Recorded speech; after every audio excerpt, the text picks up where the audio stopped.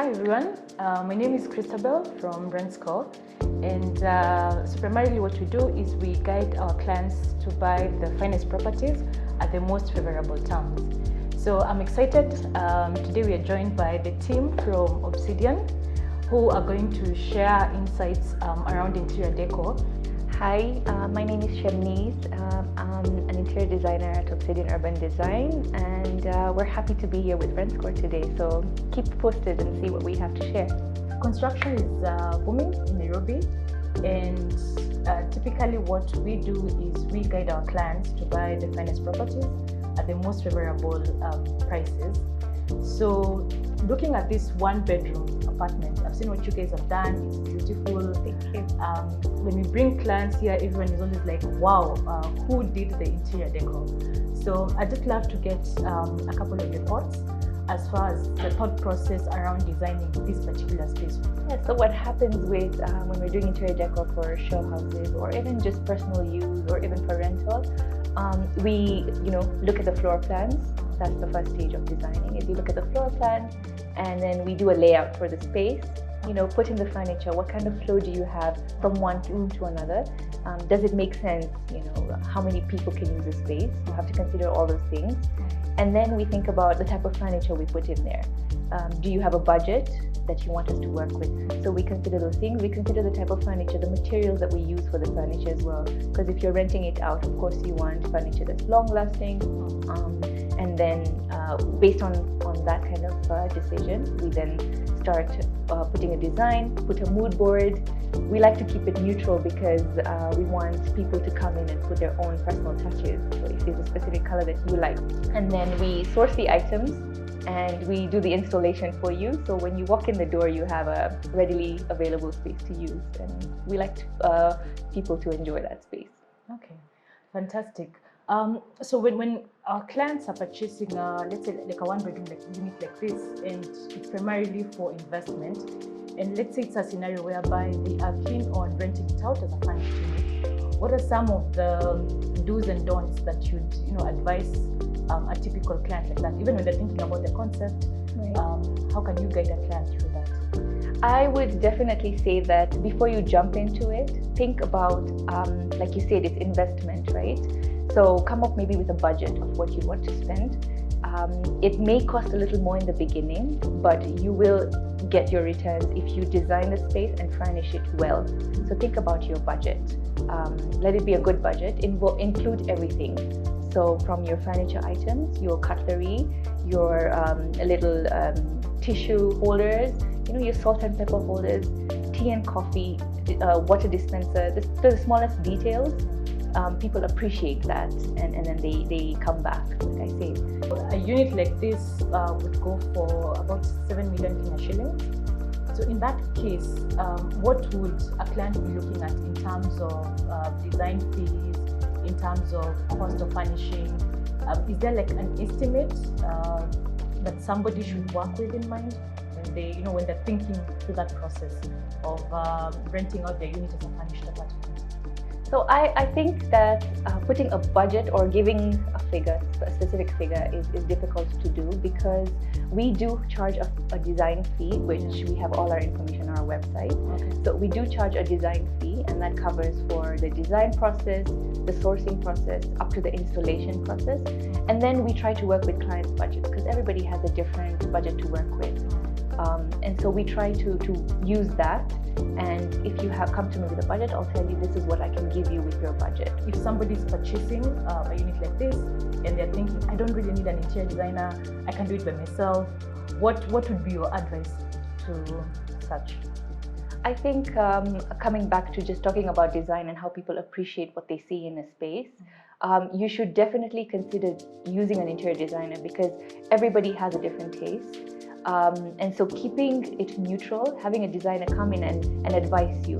I feel like designers pick the details. We think about we think about the space in all kinds of aspects. If I was living in the space, we put ourselves in different kinds of people's shoes. If I was living in the space, how much space do I need between my bed and my window, for example, to open my curtains and close them comfortably? We'd think about those kinds of things. Whereas I feel like when somebody is coming in and buying it for themselves, they wouldn't think about the other people. Again, it's about them, what they're comfortable with.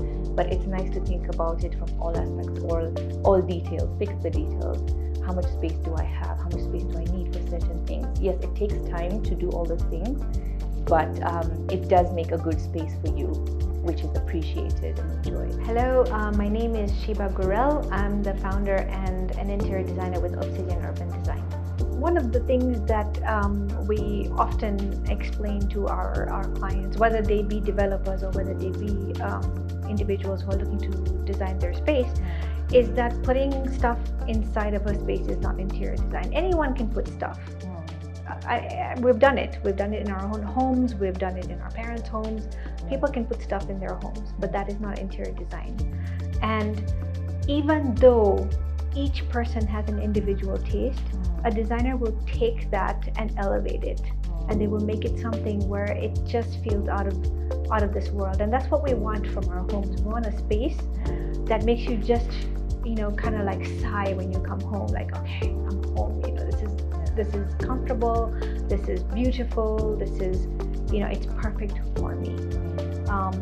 And then when it comes to the rental space, then you're rest assured as the owner of the space that we've chosen materials that should last for enough time to get your return on the investment.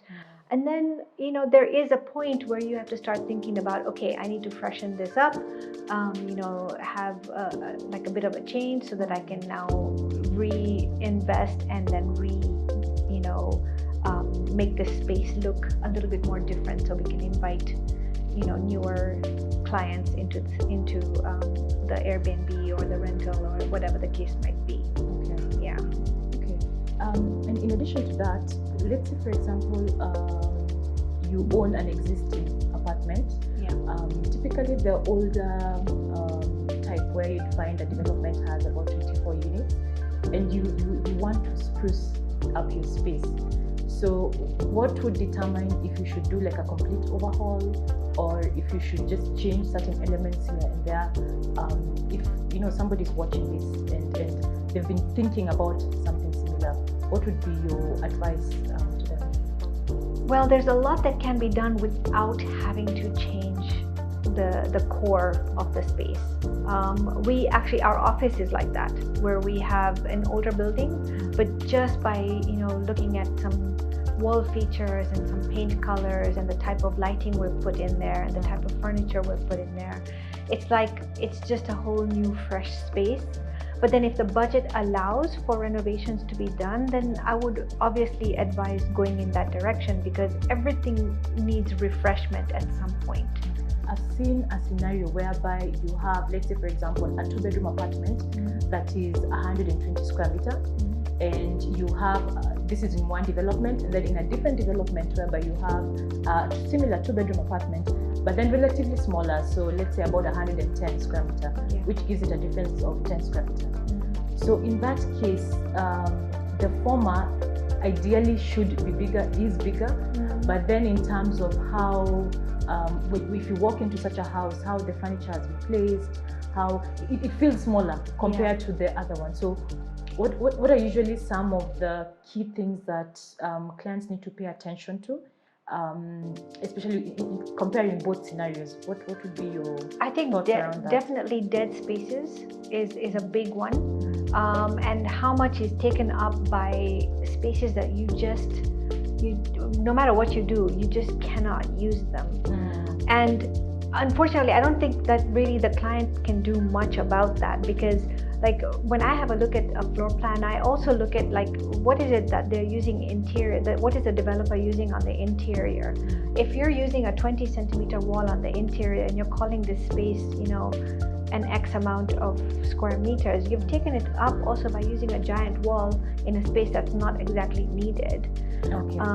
And so we're able to sort of take a look at that, but then that really just ends up falling under the developer's purview.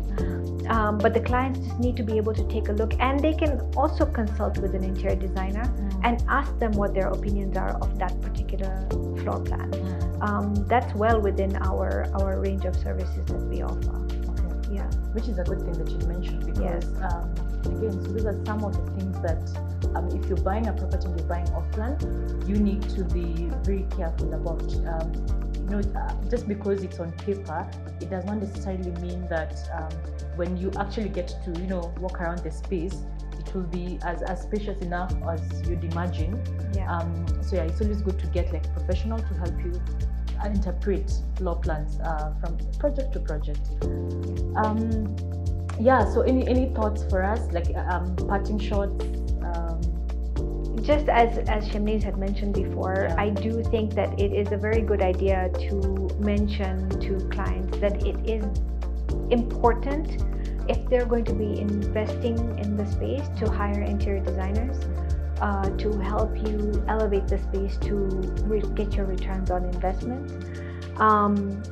It just turns out different. Like I said, when you have a touch of somebody, understanding the whole space as one, you end up having a space that's just completely awesome. Where people come in and they're like, oh wow, this is the space I want to stay at. Okay. So I do think that is very, very important. Okay. Thank you so much for those insights shared. Thank you. We'll leave their contacts and details on the screen. So if you're keen on buying, and especially if you're keen on buying as an investment property, then reach out to us. We'll guide you through that process, and thereafter you can engage Obsidian to do all your interior design work. Thank you. Thank you so much.